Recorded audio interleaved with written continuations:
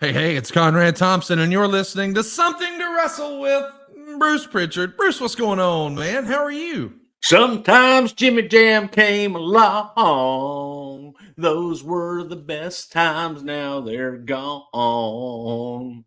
How can you get any better than I am right now? I don't know. It would damn near be impossible. I did that. I was multilingual talented on that.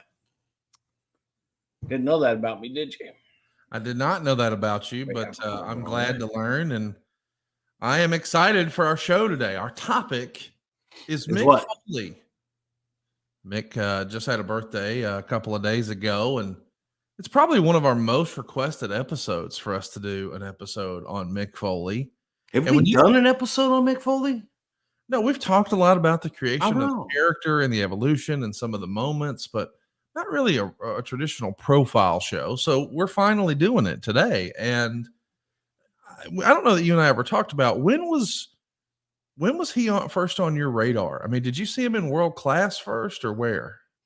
I want to say World Class, or there's a guy named Joel Goodhart that had shows that Mick worked on. I saw him there. What impressed me about Mick was his size and his ability to move for a big man. I thought he was very impressive in his work.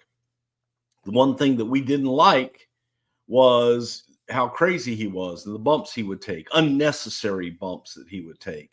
So from the time that I first saw Cactus Jack, I was a fan. I liked the look. I liked the way that he worked. I liked when I finally got to hear him cut promos. I liked those as well because they were different.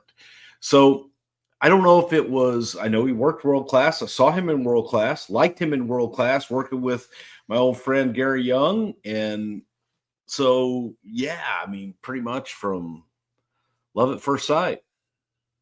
I think in World Class, he was still using the name Cactus Jack Manson. What'd you think about that?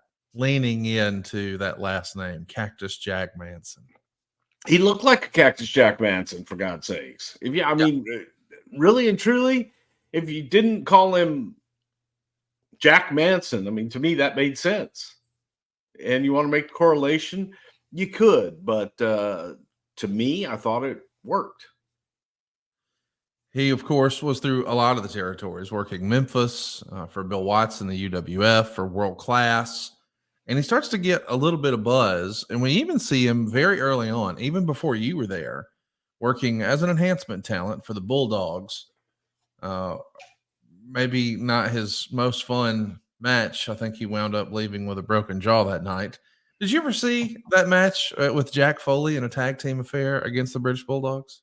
Yeah, it was horrible. Yeah, it was. It was god awful. The Bulldogs went out. Look, I don't know how many weeks that Cactus had been in the business at that time. I think I was there. I don't know. It was like 85, I think. I think it predates okay. even.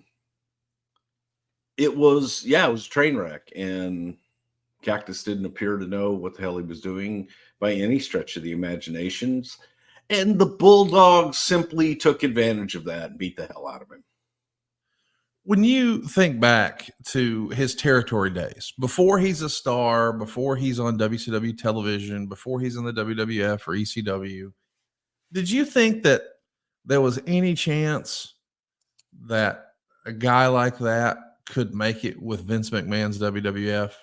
Because we've heard for so long that Vince had a certain taste for talent. He liked guys to look a certain way and wrestle a certain way. And well, he just didn't really fit in that traditional box. And we know he's going to overcome all of those sort of preconceived notions and achieve massive success there. But did you when you first really saw him perform, did you just assume, hey, man, he might be successful everywhere else, but no, that's not a New York act? Or did you think that could be possible? Absolutely, it could be possible. You know, Hogan needed opponents. Your champions needed opponents. I looked at him as a great character heel and someone that could work with anybody and everybody. Didn't see him as a baby face at that time, though he had the characteristics of a baby face. He had that smile, the sick sadistic smile that, in my opinion, I thought, well, hell, it did, but could also be a baby face smile that people could really get behind. So yeah, I think from day one I saw him as somebody that could be in the WWE. One of the first big breaks he gets is when he winds up on a Clash of the Champions for WCW. It's national television in prime time on TBS, but he's working with Mil Mascaras. And that at times could be No, ya, challenging. amigo. No, no, ya, amigo. No, ya. No, ya. Mi English. No, no, no English. No English. No, ya. No, ya. Me. Playa. Probably pretty challenging for a young Mick Foley. And he's trying to, as JR would say, maybe maximize his minutes. He winds up taking a bump that I remember seeing when it happened. It blew my mind then. And the more I watch it, the more impressed and in awe I am. Shock and awe, maybe. The Nestea plunge off the apron onto the concrete. I don't remember seeing a lot of stuff like that before. I mean, I'm sure it happened in territories. I know I've seen, Bobby Eaton take bumps on the floor and things like that. But what do you think of that Nestea plunge onto the concrete? Let me ask you this question. You have a pool, right? Yep. Been in a lot of pools. Have you ever taken the Nestea plunge in a pool? I have. Yeah. Yes. Off the diving board or just Nope. off the side? Just off the side. Okay. Did you enjoy that? Yeah, I got it out of my system, but I don't think I've done it many times. Wasn't the question. Did you enjoy it? Is that something like, oh, hey, wow, this was really almost as fun as when I saw it on TV? No, that was Yeah, not, it sucks. It hurts. it's not ideal. Yeah. Yeah, I did it, man. I got up on a diving board one time and did it. And needless to say, I can remember it because I only did it one time. And that was water. And that was water. And then Yeah. that sucked. Yeah. Because I had nothing to I fully committed. Trust fall. Yeah, I'm not doing that either. But it hurts. So yeah, to do that, man, and you're taking a bump off the apron to the floor, that is insanity. That's not, that's not a creative deal of, oh, hey, wow, look at how great this is. That's just stupid. But get you noticed, I guess. He started to get a little bit of a reputation because he works some tours over in Japan. He has some big time matches in Philadelphia, as you mentioned, for Joel Goodhart. He even makes a couple of cameos with Global and Dallas. And he has his big break when he heads back to WCW, and he works with a lot of top talent like Sting and Ron Simmons and Vader. And his matches with Vader in particular were just brutal. In that era, I think I've heard you say before that sometimes, you and some other guys might go over to Howard Finkel's and have some steak burgers and watch the WCW pay-per-views. What did you think of these Foley Cactus Jack matches at the time? I think by the time the Cactus was there, the steak burger days were over. But the unfortunate thing, like I said to Paul Heyman by the ECW after their first pay-per-view, was that, all right, man, unfortunately tonight you exposed your product. And in this case, Mick Foley, was exposed and was on a large format. And it said to us that, ooh, wow, man, I don't want him doing those moves on my watch. And some of it, a lot of it was unnecessary. And I don't think that there was any thought or any, and I know everybody's going to throw back in my face. You guys let him jump off the top of a cage. That was calculated, and that was as safe could be, but it was also calculated. It was laid out. It had safety precautions in there. But these were just Cactus doing things to get noticed. And that's where, the feeling was, okay, he's maybe not that bright because he's just doing this stuff and he's taking years off of his career every time he takes one of those crazy bumps. And there was enough there, man. There was enough there with his personality, with the way that he worked for a large man, that he didn't necessarily need to take those bumps. Now, for his character, if he wanted to take a crazy bump every once in a while that was calculated and that was laid out and that was safe, then by all means, yes. But not every night and not as many as he was doing at the time. He put himself through the paces in WCW, that's for sure. My man would wind up losing an ear, have major concussions. He was even booked to have a silly story where he had amnesia. He's overcoming bad. Maybe just been a shoot. Well, who knows? Who knows? According to his book, even though he's here in WCW, he's still calling and trying to talk to JJ Dillon, and he's told the same thing every time. And I've heard from a lot of people that this was just sort of par for the course. You had to be persistent sometimes to get your shot with the WWF, and there would be you that have to be call. persistent. Now, look, man, you have to be persistent in life. That's in right. general. Someone tells you no, and you know you can do it, and you really want to do it, and you want it that bad. Be persistent. Don't take no for an answer. Continue to go back. Find another way in. Change something about yourself that can help you get into what it is that you really desire and love and want to do. Have that drive within you and be persistent. So I say that is a life lesson to everybody, that if you really want something bad enough, do whatever it takes. 3 kinds of people in this world: those that try, those that give their best shot, those that do whatever it takes. Guess which one succeeds?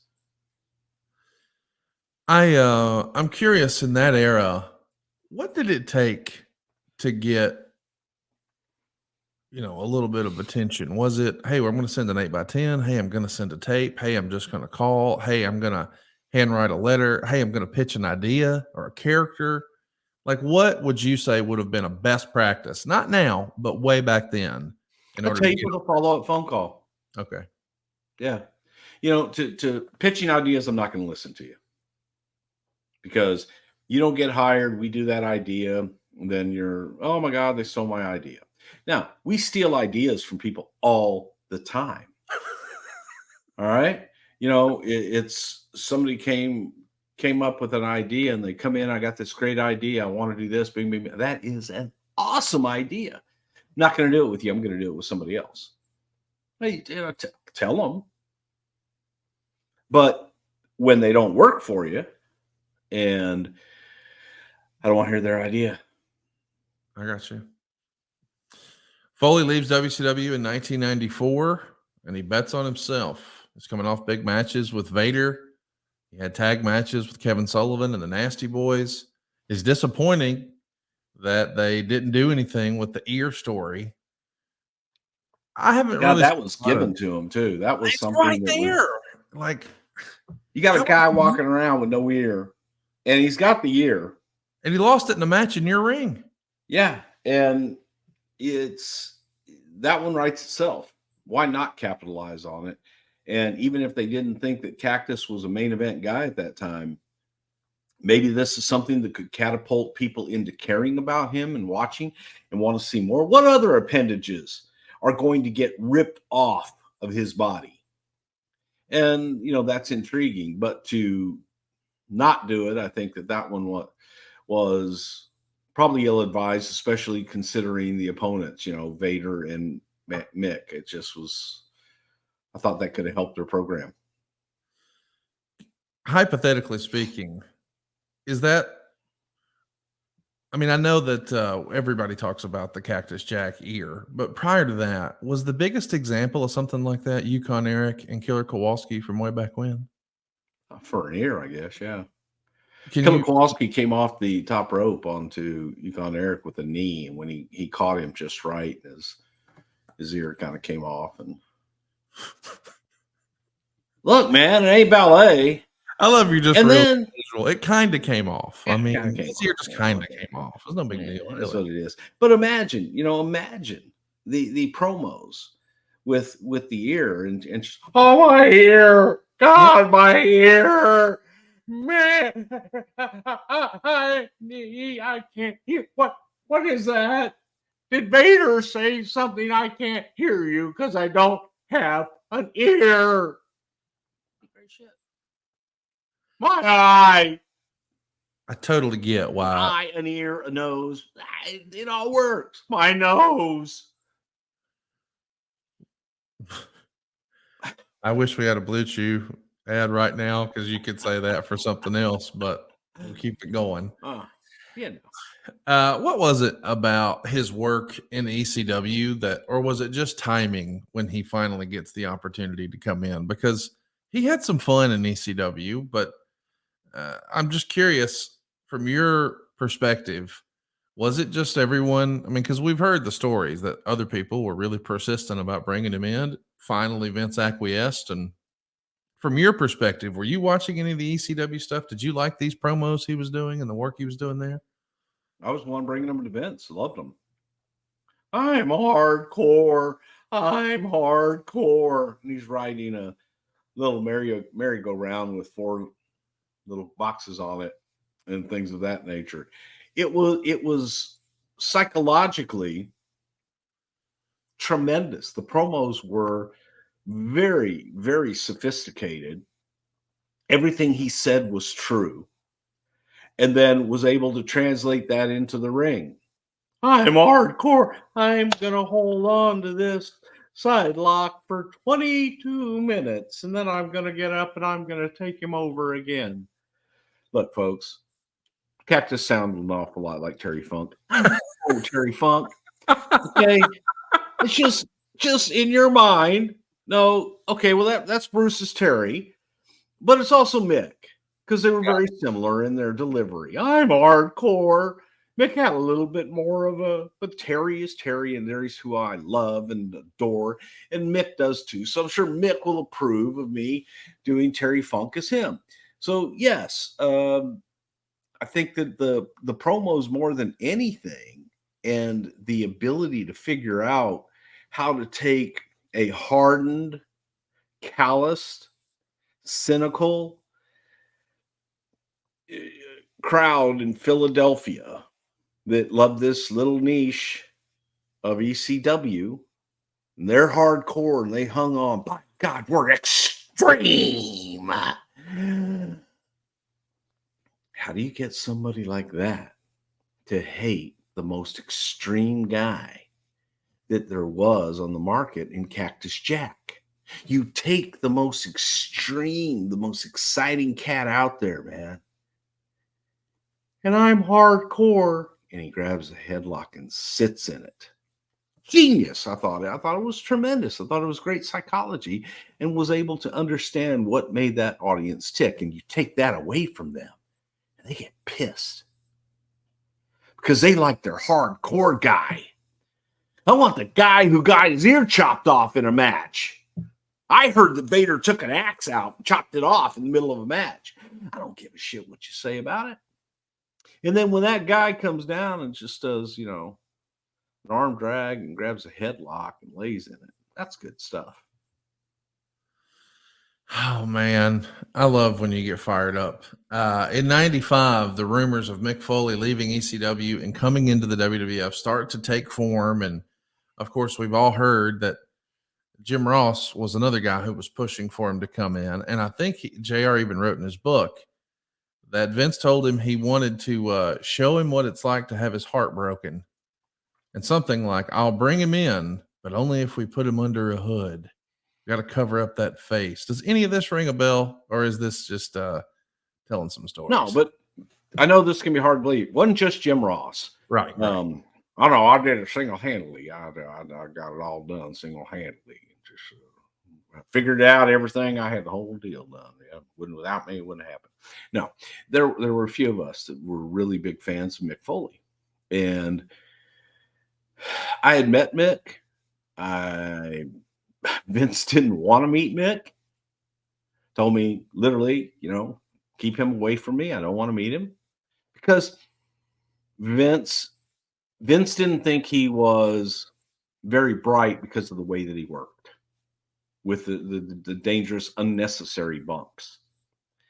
And when you talk to Mick, you find out very quickly that a picture does not necessarily represent, what is behind that person. And Nick is an extremely intelligent individual, one of the funniest guys you'll ever want to meet, but just genuinely kind and genuinely in love with what he does. So Mick had a passion, and I had actually seen that, and I thought we can harness this. We can make this work and push it. All we wanted to do was get them in the same room. And the feeling was much like Undertaker, who Vince was not interested in based off of what he had seen in WCW. And just get them in the same room. If they get in the same room, I guarantee, man, they're going to start talking and they're going to find a similar common place, and the rest will be history. And that's exactly what happened. And Vince kept asking, "What's his name?" Mick. Mick.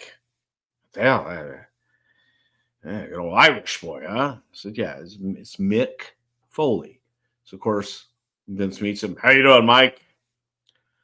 I don't think we could have. I don't think that we could have prepared him any better with Mick, and he went right to Mike. But exactly what I thought would happen happened. They got to talking, and Vince got into that head of Mick Foley Right. and realized, boy, this can be fun. The rest, as they say, is history. Talk to us a little bit about creative services and just the evolution of this mankind character and all the drawings and the masks and the back and forth, and how hands-on was he and how much was he just, hey, tell me what you want me to do and I'll do that. The creative services was given a direction of, this is what I'm looking for. We wanted to hide his face. We wanted to make him a very unique looking character, and in doing so wanted to hide parts of him. Just didn't want to see Cactus Jack, so we wanted to hide his body. We wanted to hide portions of his face. I wanted to mess up his hair, shave parts of his hair so that it looks like he was losing his hair and parts of his body. And as time goes on, you realize it's because he's pulling it out as he talks and as he rocks, as he does all these things. And they came up with different concepts. And after talking to Mick, and the name that came up was, mankind, because basically all the sins of mankind lived within the head of mankind, the character. And that this character was to represent the dirty little secrets that mankind has that they don't want to talk about, that they don't really want to believe, that they choose to lie about. And mankind, the character, was everything that mankind hated. Because he wasn't pretty, Right. but by God was he tough. And he made sense. So it was I thought it was an extremely, sophisticated, clever character. Do you remember sitting with Mick and you guys sort of talking about, hey, what would this guy do here and what would he do there? Because there's so many little things about the character. Like he comes into one entrance music and he leaves to another exit music, and the noises he makes and the way he does the mandible claw and cradles the face near his face so you can see both faces at the same time. And even like the rocking back and forth and pulling out his own hair. I mean, there's a lot of little nuanced stuff that he's doing with this character, and that feels like that would have been a collaborative effort. Can you talk to us a little bit Yeah, about that? it was, throw Jim Cornette into that mix as well. And, Jimmy's the one that gave him the mandible claw. And it was talking about different ways to present him, that you have this frenetic entrance, but at the end, after he's gone crazy and he's demolished his opponent, now he becomes calm with the nice little piano music. And, oh no, did I hurt him? I hope I didn't hurt him. And he goes to, petting his opponent as if he's sorry for what he did. The music is the trip. The music is what makes him just flip that switch back to the kind, gentle soul of mankind. And it gave him dimension. He wasn't just a sick, frenetic freak all the time. No, he built up to that to get into the ring, and that's what made him successful. But then when the music flipped, you saw, oh, he cares. Oh, what a nice man. And that was, a lot of that was a big collaborative effort. I mean, everybody added their 2 cents, from pulling the hair out to the rocking to the holding him and all of that. It was definitely a collaborative effort. And Jim Cornette, throw him in there because Jimmy helped out a lot in those nuances as well. This is going to be the first time that we see Mick Foley working with a mask, and this isn't like a regular lucha mask. Talk to us a little bit about the mask and the way it was constructed, and were there a lot of different versions of this that you recall? Because I know, like on the original sketches that we would see, it was almost more like a Hannibal Lecter type thing. You guys went with something a little different here, Yeah, but I I can think tell the original was almost just a Hannibal Lecter type thing. I got you.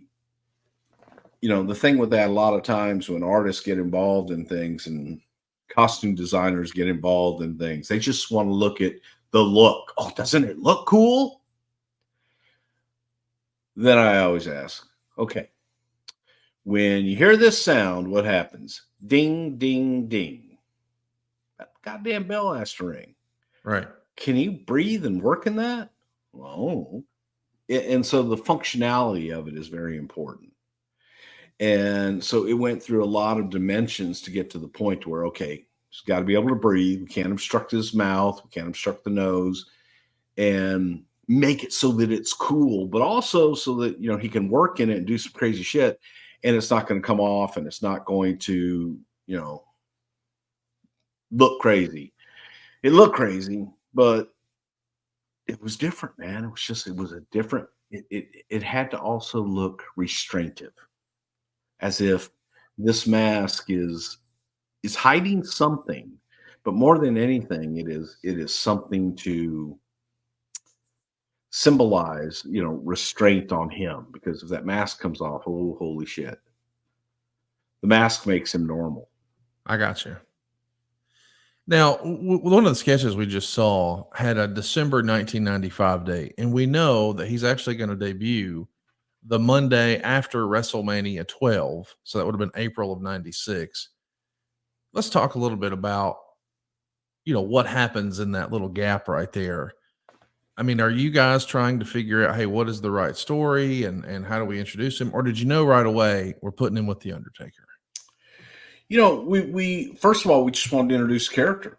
Right. And how do you introduce the character to the masses and make them care and anticipate the arrival of mankind?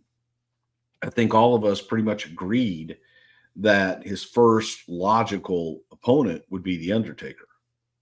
Big guy, monster, and that people would accept that pretty readily.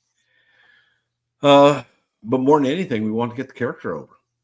So you get the character over by doing vignettes with him that air week after week after week, and you get a little bit into the psyche that is mankind. So when we're talking about him working with The Undertaker, I know at this point, boy, The Undertaker has had to work through some pretty stinky creative. I mean, he was with lots of less than awesome opponents. Now he's got a guy who's willing to push the pace and the limits of what's possible. I mean, this had to be exciting for the real life Undertaker to see, wait, I'm working with that guy who did that crazy shit over in Japan and in WCW. Yeah, give me Cactus Jack. Well, it's Was funny. He didn't want to do any of that shit with him. right. He really wasn't sure, what Cactus brought to the table until he got in the ring with him. But I will say this: after the first time that Cactus jumped Taker and they had their brawl, Taker came back and go, "We're going to have fun." That's because awesome. he just felt that chemistry. What did you and well, I guess Vince think of his deathmatch stuff in Japan? We sort of glossed over that, but I mean, there's been rumor and innuendo that hey, Vince was going to do something with FMW and Onita, and we're going to have some exploding stuff and blah blah blah. We know it never happened. Because it was never considered. Okay, Onita will tell you. It's kind of like when you hear things, and this was something else came up. It's like when you hear things about Jerry Jarrett and shit. They brought me in to run the office. All these things never happened. Never happened. Did Onita come in to meet with us about doing business back and forth? Yes, he did. Were we ever sitting there going, God, what if we had a bomb match? No, because they're the stupidest, silliest, shittiest things that pretty much most of it anybody with half a brain has ever seen and gone, yeah, that sucked. we got to talk about these Mankind vignettes. I know we've had a lot of fun talking about George the Rat and all that Hey, silliness. George was the star of these. Talk to me about how these were done. I mean, do you remember being the producer on these? You know what, man? Cornette produced a lot of these, and yes, I was there, and they were absolutely fabulous. But it was Mick in a dungeon, Mick in a dungeon with his only friend in the whole wide world, which was George the Rat, who had extraordinarily large testicles for a rat, and that's who Mick. That was Mick's friend. That was who Mick identified with. Was the one breathing soul that cared about mankind. Now, Mick would ask you that question, man. Did he care about mankind? Because every once in a while I feed him a cracker. Every once in a while, if what I've got in here is a little too tough and I just can't chew it anymore, I give it to George. He doesn't complain. He likes it. He teaches me that maybe sometimes, mankind, it's okay. You just got to be a little more patient and chew it. You'll get it down. It's sustenance. It's good for you. And that's what helps mankind get through the day. Is my good, close, personal friend, George. He's a rat. It gave you an insight into the soul of mankind. And you felt for him because his only friend in the whole world was a rat in this room. And by God, when he escapes that room, there's going to be a lot of people that are going to try to be his friend, but more than likely won't understand him and will end up being his enemy. So, yeah, I think those vignettes did a really good job of telling you about the internal battles that mankind was facing every day. And they're no different than the battles that people every day face. God, I got to go to work today. Is my boss going to be an asshole? Should I be an asshole back? Or should I just suck it up and do my job? God, I had to wait 20 minutes to get gas. It's a long line, but I saved 4 cents. Woohoo. I mean, you ever do that, Conrad? Sorry, off topic, but on topic.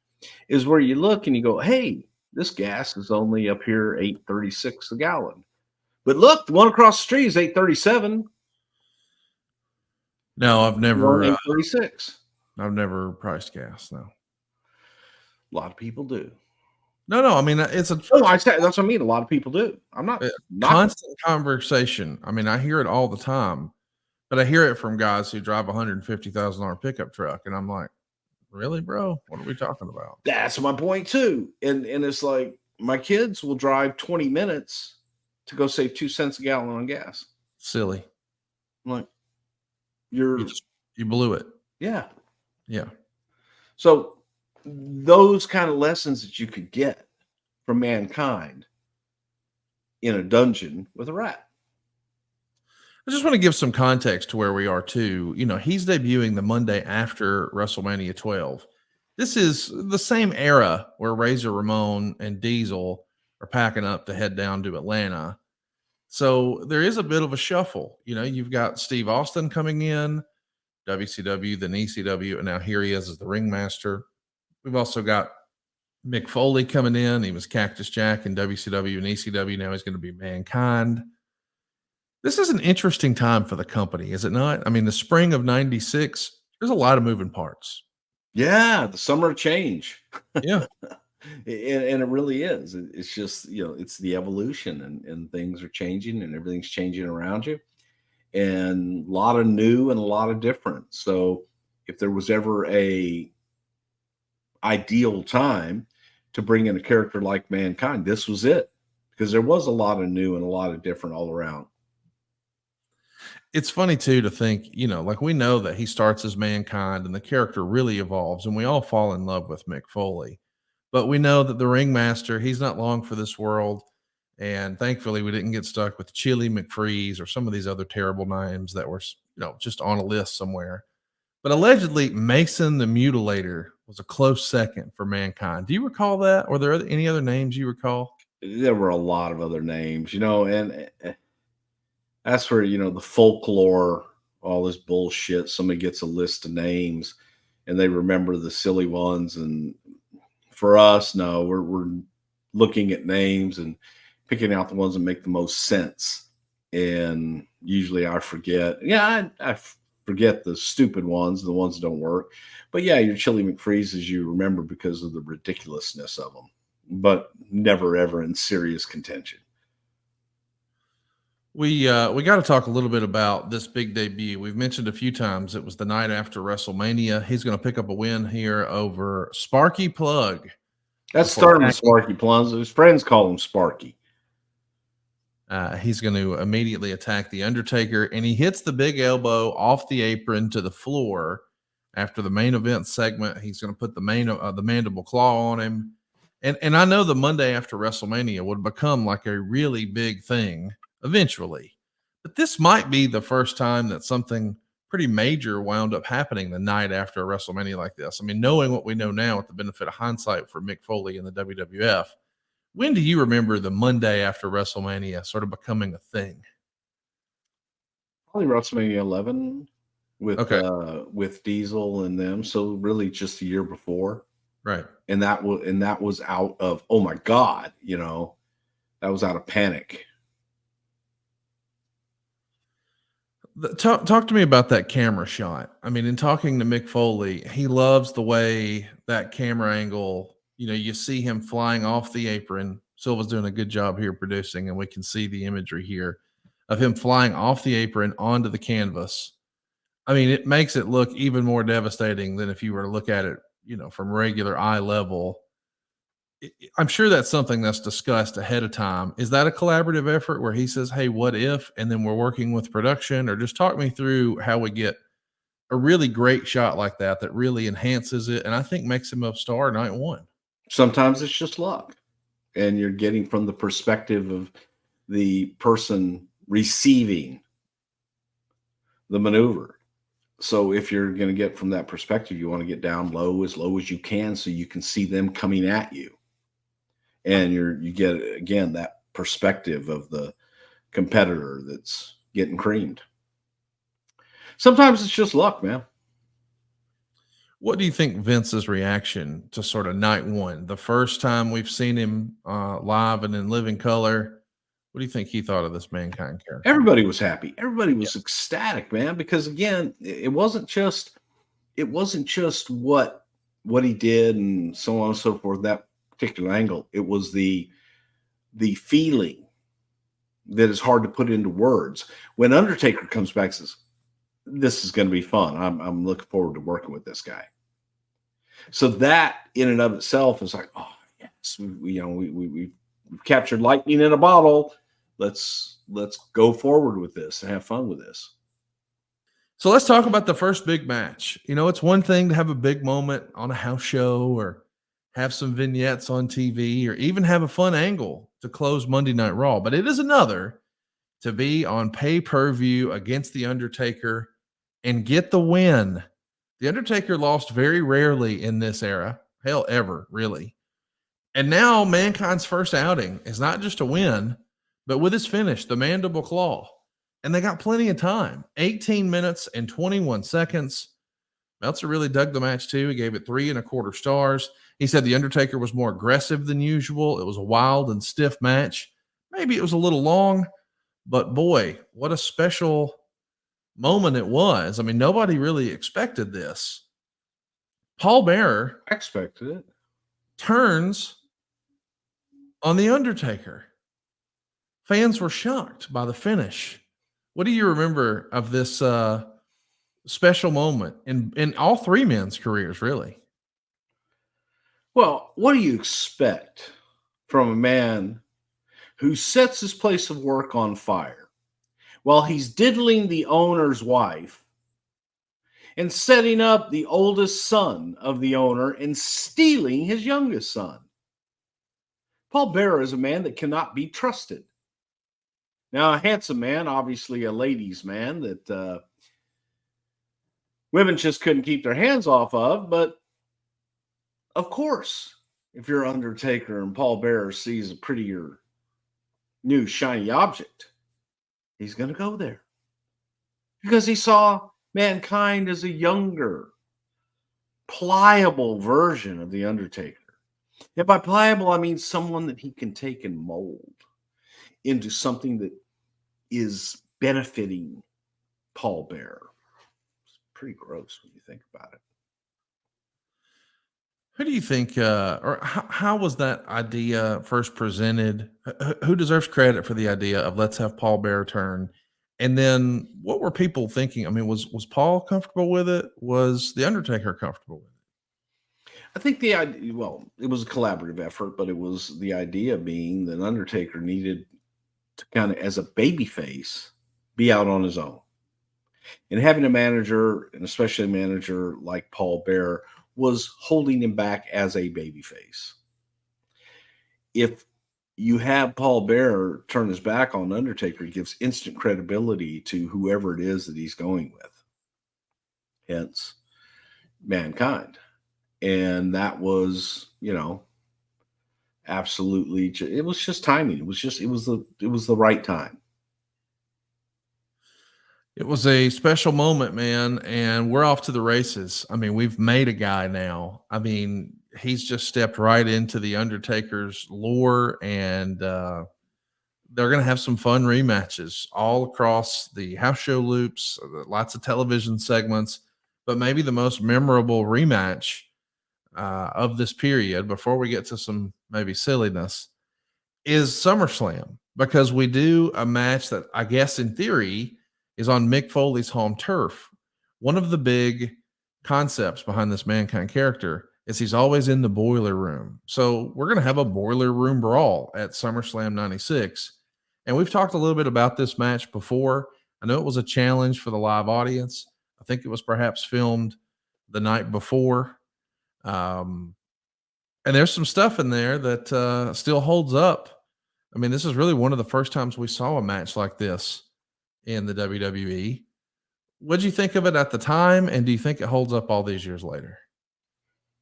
I thought it was great at the time. I thought it was very different. It was unique. It was a different presentation that people could, get inside, and it was a gimmick match in a gimmick environment.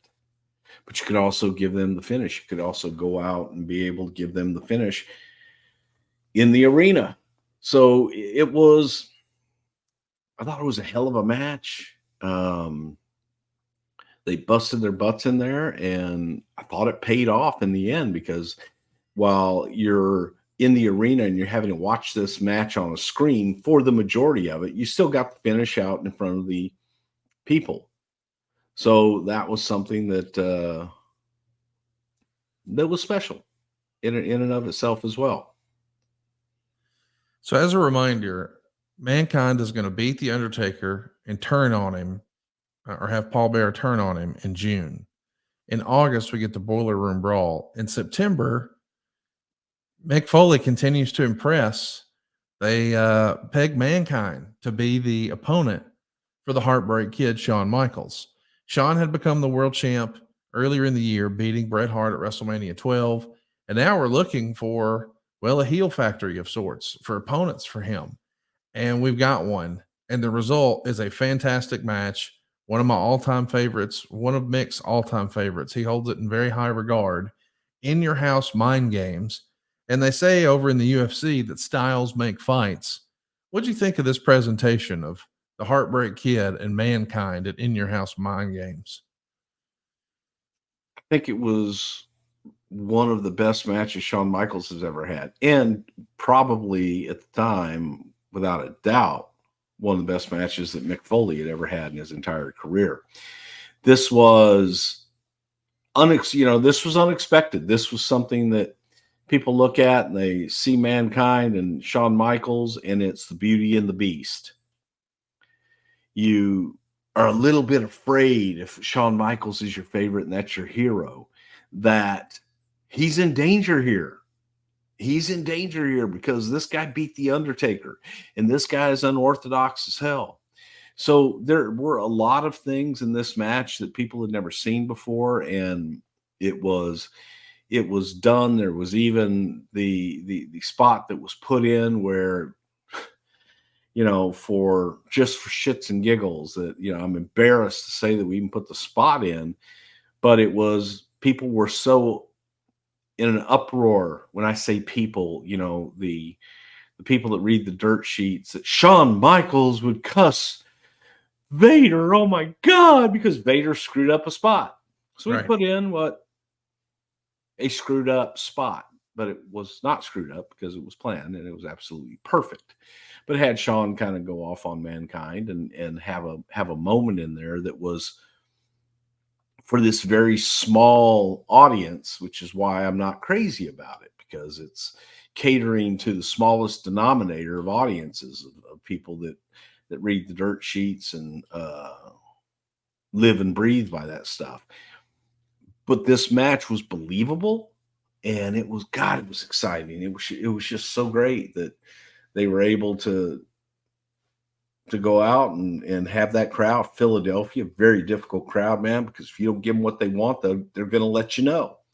And I thought that it was just one of the best, goes down as one of the best matches of all time too. So that begs the question, why didn't we do more of it? Like, if I don't know, man. It was, we were moving on, and we were going somewhere else. So it was a good freebie. It was a one-off, and I don't think people thought that it was going to be nearly as good as it was. So you already have these plans in place to do on down the road, and it's like, God, I'd like to get another bite of that apple. We know what's next for Mick. You said we're moving on. We're moving on to Buried Alive the very next month after working with the world champion. Well, now he might be buried live on alive. Oh my. October 1996. Foley gets another big win over The Undertaker again. But this time we add something else to the act that doesn't really wind up working out. But hey, maybe it was worth a try. We debuted Terry Gordy as the executioner. Was the original plan here to build like a little stable around Paul Bearer? I mean, I know that eventually it's going to become like Mankind and Vader, but would it have been, Mankind, the executioner, and others? What was the original idea, do you think? The original idea was to have Paul Bearer have someone else in a stable, somebody that could go out and get beat. I see. And Terry Gordy was thought of. Terry Gordy was not the Terry Gordy of yesteryear. Terry had already suffered some complications, whether I think he had a stroke at that point. But Terry wasn't himself. It wasn't the Terry Gordy of yesteryear. And, that's what I think everybody wanted. But it's like, let's put a hood on him so that it's not Terry Gordy and that people aren't expecting a Terry Gordy match. and that they're not expecting a Terry Gordy here. And unfortunately, it was a disappointment because Terry just did not have all his faculties about him. And hindsight being 2020, never should have done it. But he had gotten cleared, and he was, quote, physically able to perform. But I don't think that he was, ever in a place that he was in a good place to perform. If you know what I mean. He just didn't he had lost that spark, and he had lost a lot of his intuition. He had lost a lot of his just instinct more than anything. This sort of becomes an opportunity to maybe rebrand or reimagine or just develop this Undertaker character a little more. We know he's going to come back and ascend down from the top of Madison Square Gardens and look a little Batman-y at Survivor Series 1996. He's got the black no, tears. that was Pirate. That was Pirate Undertaker. Okay. I mean, it looks like bat wings, but all right. Yeah, it does. But when you look at his face, he kind of looks like a pirate. Did you have that sort of, evolution in mind before you booked the Buried Alive match, or was it a function of, well, he did die when we buried him, so he could come down and be someone else, or was that all just a happy accident? Well, we always tried to change his look up. I mean, he's the Undertaker, and we would change it up with splash of color here, splash of color there, change something up in his gear, what have you, change his hair. He had the teardrop for a while, makeup on, makeup off. There was always an evolution of the Undertaker, and this was simply going to be the next evolution of the Undertaker. And that's what it was. We know that Taker finally gets the win back over Mankind at Survivor Series in Madison Square Garden. At that point, did it feel like, hey, we've done this to death? This feud started in April. Here we are in November, because they're both kind of going to go their own separate ways from here. Was Undertaker tired of it? Were we just out of ideas, or was it just time to move on? He'd seen a lot of it by this point. It's time to give it a little bit of a rest. Let's just remind everybody, they wrestled at the June pay-per-view, and then they're going to wrestle again at the August pay-per-view, and then at the October pay-per-view, and now the November pay-per-view. So we've had 4 pay-per-view matchups with these folks in just 7 months. And on the other side of this Undertaker feud, Mankind's sort of just treading water for a little bit.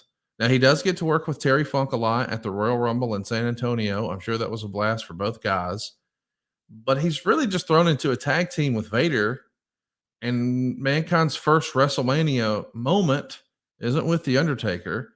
It's a tag match with Vader taking on Owen Hart and Davey Boy Smith. But it's sort of a heel versus heel tag team. And I know WrestleMania 3 and the whole card got shuffled up and changed up when Shawn tripped and lost his smile somewhere. But when you think about WrestleMania 3, 13. Okay, I'm sorry. Thank you. I got lost for a minute. WrestleMania 3 happened. Happened to WrestleMania 3. So was there another idea before Shawn lost his smile, darn it, and everything got turned upside down? For Mick? Well, it just feels like heel versus heel tag team. That feels like, okay, we got to get these guys WrestleMania payday. Hey, I mean, the answer to the question, yeah, a lot of shit got turned upside down. When Shawn lost his smile, Shawn didn't perform as to what we had thought we were going to do. So, yeah, I mean, it kind of, the domino effect. It just, they start dropping. So you've got to change a lot of things, and don't always have the time to do it properly. So sometimes a match is going to be ice cold and put them in there and just look at what you got. Go with star power. Mick Foley told us that Jim Cornette offered him a match at WrestleMania against the wild man, Mark Mero, and Foley turned it down. Do you remember that? I mean, Mick was pretty honest in saying, he came in for a much smaller contract, as did Austin, and they too had just left WCW, just like Mark Mero had over there. Of course, he was Johnny B. Bad. Johnny B. Bad came in on a better contract, and Mick maybe took that personally, but it wasn't Mark's fault. Like, that's not something you can hold against the guy. But still, he was able to be honest with us and say, I probably should have handled that a little better. But the idea of turning down a singles match at WrestleMania just seems crazy, right? Yeah. But I think he had a better match with Owen and Davey Boy. Oh, for sure. And the other thing, nobody, I'm sure you didn't ask the follow-up question to Mick. Hey, Mick, how much did you make that year? Right. Now, how much your contract was for? Yeah. How much did you make that year, Mick? And I think if you were to compare it to Mark Merrow, that I think Mick might have been on the better side of that. Of course, we know coming out of WrestleMania, The Undertaker is the WWF champion. So that maybe was something we didn't plan for when we were first thinking about WrestleMania 13, but it's a good sign for Mankind considering their history. And who better to be The Undertaker's first challenger at the following pay-per-view, In Your House, Revenge of the Taker. It's Mankind and The Undertaker. Oh, no, it's not. That honor goes to Bret Hart and Steve Austin.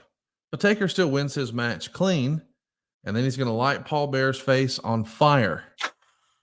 Oh, my God. Yeah. Why are you laughing so hard? Why are you laughing so hard? Come on. Nah, it took a fucking can of gasoline and a blowtorch and 40 barrels of oil to get that thing to light. I mean, there were some fireball issues for sure. Uh-huh. Not an easy day at the office. Foley's going to find himself working with a young upstart who, man, is just maybe not having the best experience. Having debuted at Survivor Series, here we are now in May of 1997, so we're 6 months in, and fans aren't really behind Rocky Maivia, but this will be the first time we get to see Mankind and Rock. This is wouldn't be the last, though, by God. Isn't it fun to look back and see that's what it looks like? Show that again, Silva. That this is what it looks like in 1997. But just 2 years later, these guys are battling for the world title and having brutal, devastating matches. Neither one of the characters look like this at this point. Yeah. But that's just like that, and it changed. Isn't that crazy to think about how fast things were changing? I think that may have been the last time that Rocky Maivia was Rocky Maivia in that match. I think. Damn close to it, but that may have been the last time he was Rocky Maivia. I think the crowd popped when Mankind beat him. He's the bad guy. Yeah. Eating the white meat baby face, and fans want none of it. It's amazing. I mean, what a great story. That's great. I love it. Man, Conrad, I was telling somebody this the other day. I was sitting there, I was very pensive, and somebody was like, "You okay?" Yeah. I said, "No." I said, I'm sitting here just in awe of myself from the standpoint I've never had to work, and I have, but you know what I mean. I love what I do, and good, bad, indifference. I love what I do. So and the funny thing is, I was just asked about that match the other day on Tuesday. Small world it is. We've got Bret Hart and the Hart Foundation and Steve Austin really taking shape. Paul Bearer starts doing promos talking about the Undertaker's brother. Mankind's just sort of on the outside of all this. But then something magical happens in the summer of 97. There's a series of sit-down interviews that JR would do, and we got one with the real-life Dustin Runnels and his wife, Terry.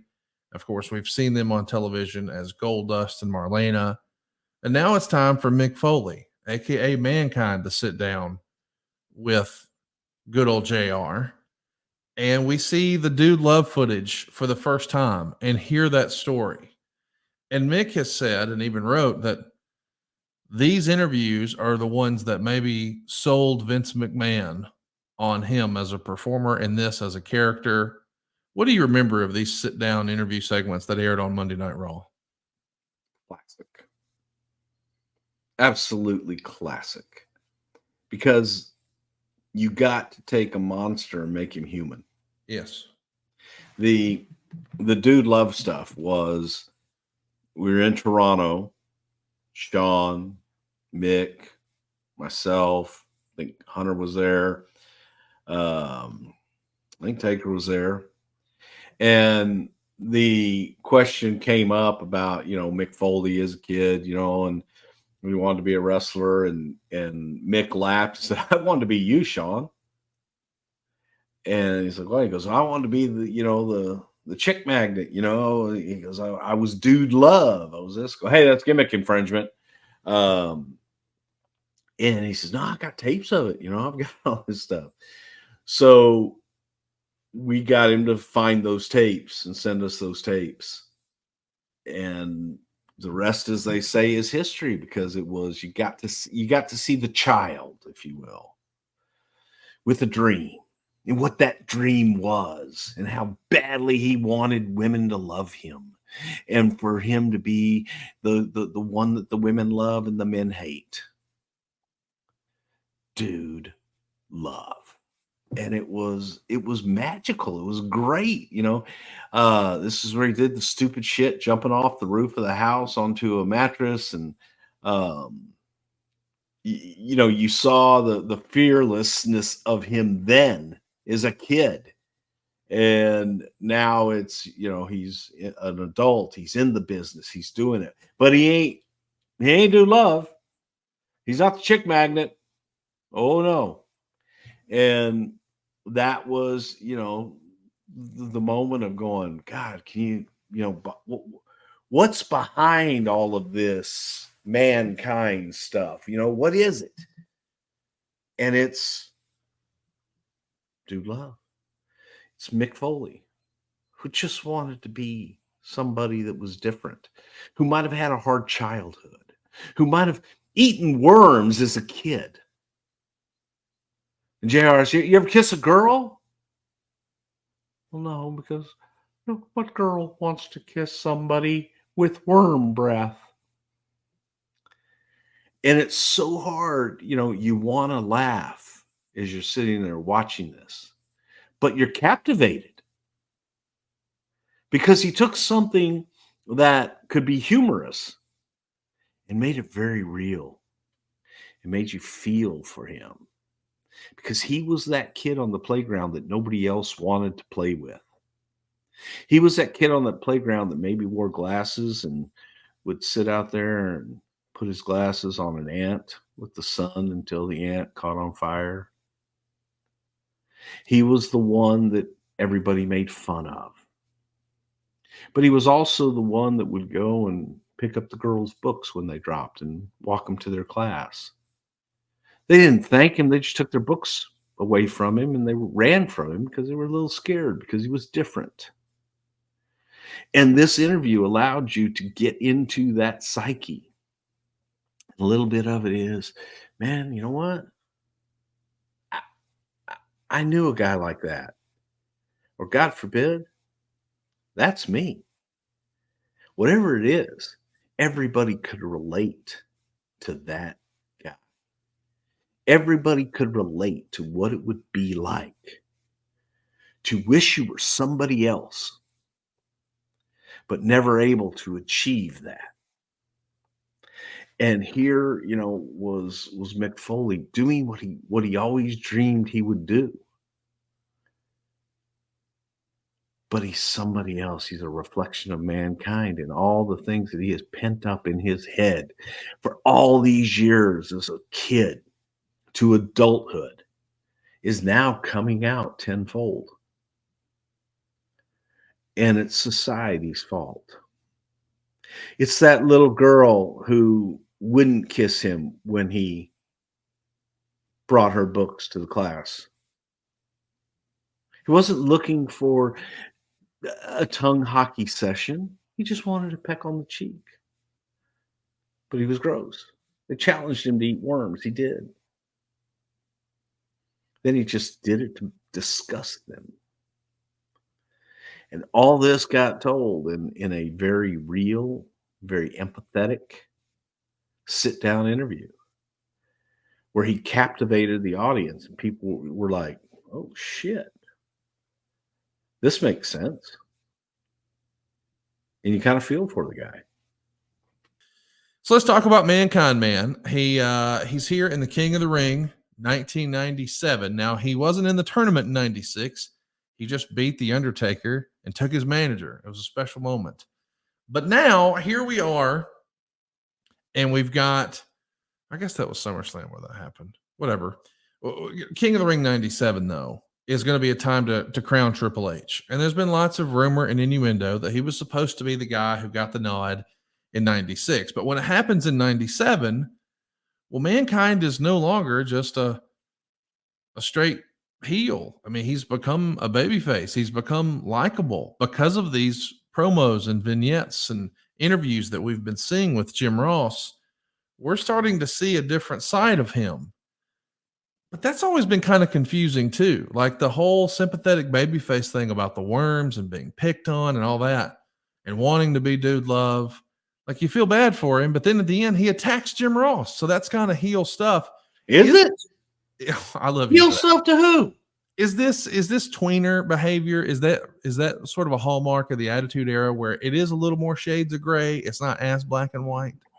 It is shades of gray, but I do think that attacking Jim Ross probably was that step towards being a babyface, because during this time you have such a anti-authority feeling, and Jim Ross definitely was that authority and that establishment figurehead. You know what I mean? Yeah. So he was the guy that was play-by-play guy. He was the guy that you don't touch. So by touching him, that kind of helped push Mankind over the edge to that baby face. And immediately once he got Jim down and took Jim out, he was very concerned and he's going to need some help. Help. Jimmy's going to need some help here. You know, just classic stuff. It works to the point where when he comes out, does his entrance at King of the Ring, he gets some cheers. And they keep it going the next month. Canadian Stampede. We reviewed this in the archives. One of the best shows of all time. Go out of your way to see it. And Mankind and Triple H actually opened the show. They set the tone maybe for the rest of the show because it's a crazy brawl. It ends in a double count out, and cameras actually follow them and show them brawling throughout the arena for the rest of the night. I mean, they're outside and everywhere else. I like this feud. And when you really think about what Foley has done in his first year, really, he's got this fantastic feud with The Undertaker, and it feels like we're along the way. We have interesting matches with Shawn and teaming with Vader and taking on Owen and Davey Boy. We have a couple of matches with Funk. We work with a young Rocky Maivia, but his next real feud, I mean, this is it with Triple H. Man, you want to talk about the next generation. Again, we're in 97. So on the other channel, Scott Hall and Kevin Nash and the NWO are getting hot. We got to have this new generation, pardon the pun, really step up. And these guys did in a major way. I mean, they were made for each other, Triple H and Mankind, no? Yes, absolutely. And this is where, you know, the narrative and everything gets lost. Is, man, we were getting our butts kicked on television as far as ratings. WCW had emerged, and they had emerged and were beating us. They were beating us regularly and consecutively. We were hanging in there, though. We were hanging in there, and we were, while theirs were going up, ours were going up. The difference was we were a live event business, and our live events were continually, we were setting records on live events, continually going up with gates and everything. The groundswell was taking place at this time. It would take a year and a half for us to get back to where television ratings were now doing better. But the live events, man, they were already starting to take off, and you saw that progression. every week, every market. It wasn't, oh hey, we did a good house here. No, it was consistent and it was steady. And WCW touted their television events, and deservedly so. The fact of the matter is that when they tried to run live events, when they advertised the NWO, first time in, they would do good, but then half the card wouldn't show up, and people learned this and just got disgusted with it and had no faith in WCW going forward.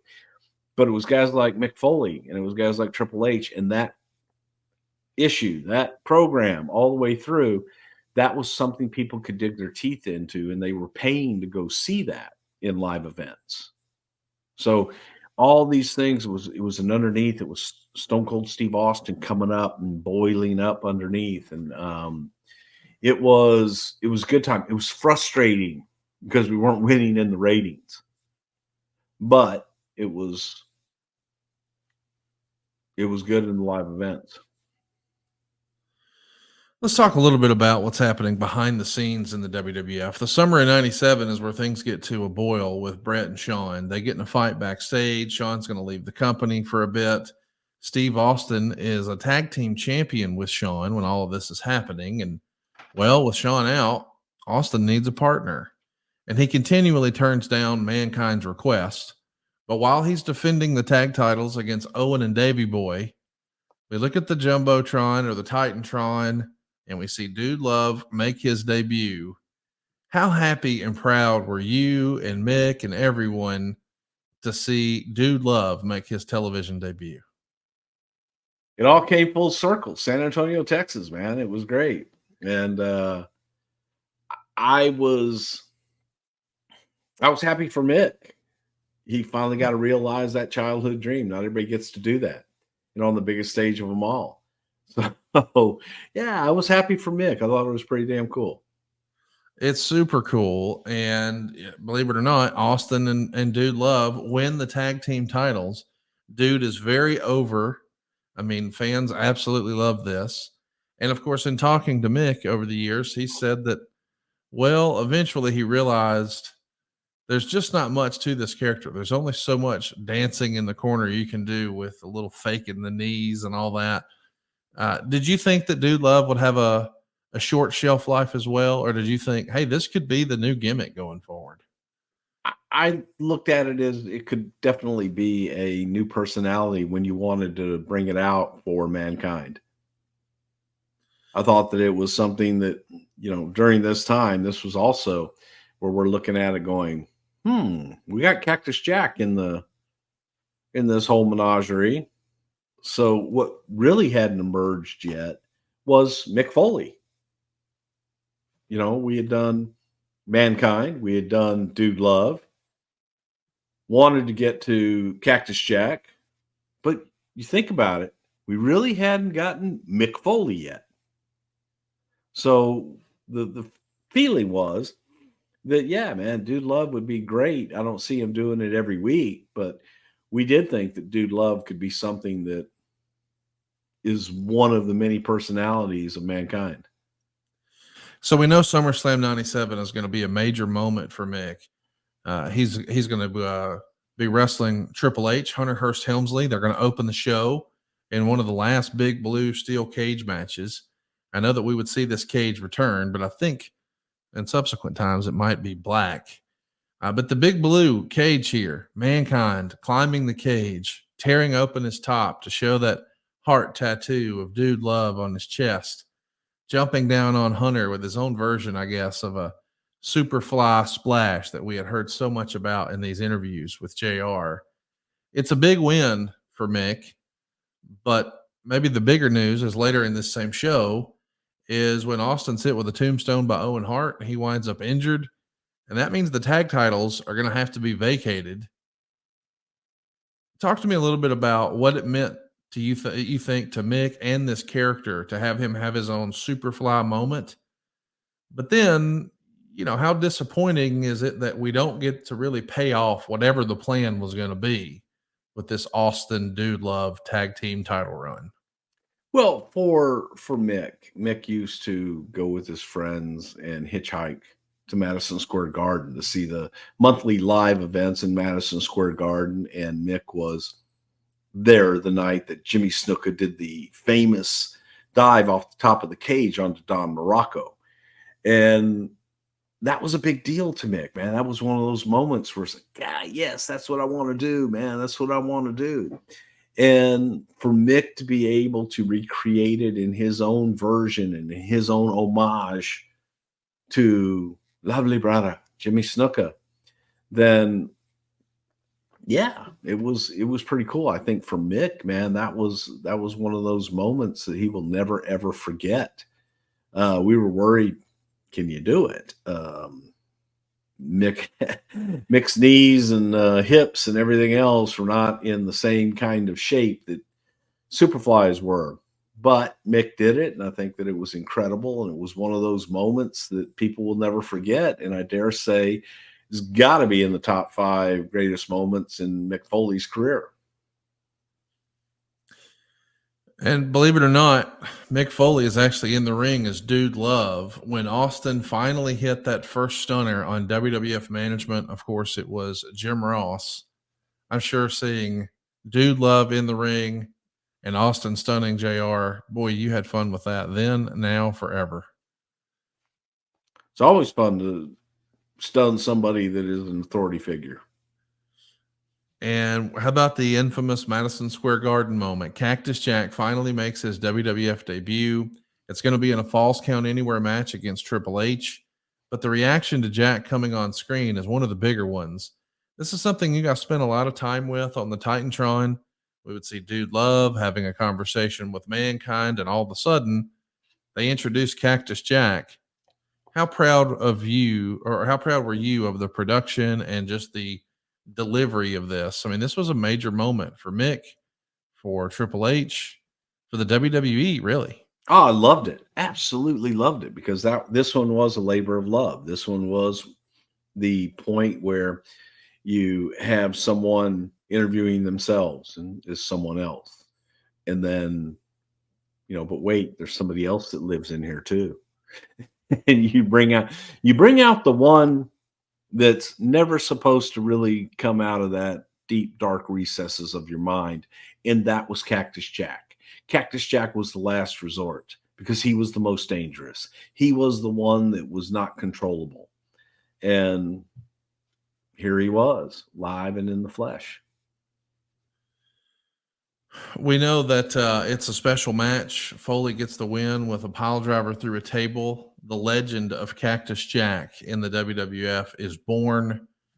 And we're going to stop it right there because there's so much more that we need to talk about Mick Foley. And well, we'd have like a 30-hour show if we covered his entire career here.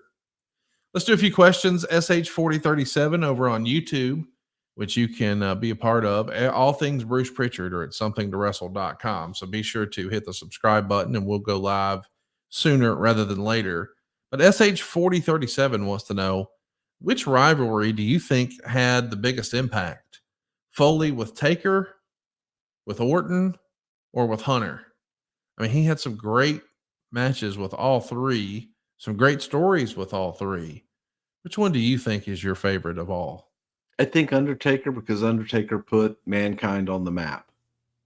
If the Undertaker, the first program with Undertaker had failed and not done as well as it did, there wouldn't have been a Randy Orton or a Hunter. Edman 1820 says Mick has recently announced that he canceled his plans for one final match. What are your thoughts on that decision, or why he thought it was a good idea in the first place? So he's not doing one last match. He's not. Thank God. I think that's a smart move. I think that, I don't know what it is about this business. Everybody thinks they've got one more match. And there have been people that have had these incredible send-offs only to completely, crap all over them by going in and having one more match years later. The audience, and this is my opinion, the audience wants to remember their favorites as they were. And they want to see him go out on top up here in his best. Usually when you're going out, you're not what you were when you were younger. But hopefully you are. Hopefully you're at a point where you're comfortable going out. You still have something left in the tank and you go out. But when you come back 10, 15, 20 years later, whatever the hell it may be, and you do one more match and people look at you and they feel sad. And I don't think that that's how I know that's not how most want to be remembered. They want you to remember them in their prime. So you take that away from the audience when you come out and you're not in the shape that you were 20 years ago and you can't do the things that you used to do. So I'm happy that Mick has decided against it, because Mick Foley, at whatever age he is now, he can't do the things he used to do 20 years ago. Can't do the things that he used to do 5 years ago, probably.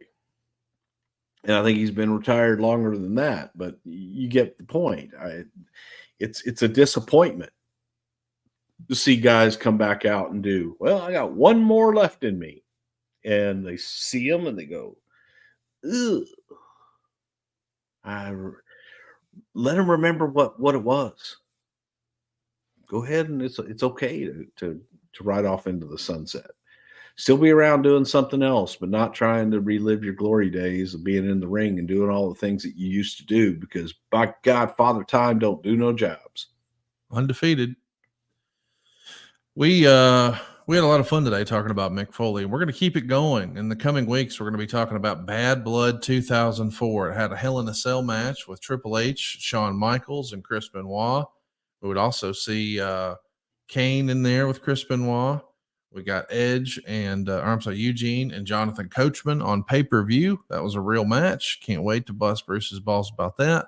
Oh, and how about in the coming weeks too, another Ask Bruce Anything. We had so many questions. We want to get more of those in. If you've got a question for Bruce, the best place to ask it is right now on this video, somethingtowrestle.com on YouTube. That's where we're soliciting for questions, and we'll hit you right here on Something to Wrestle.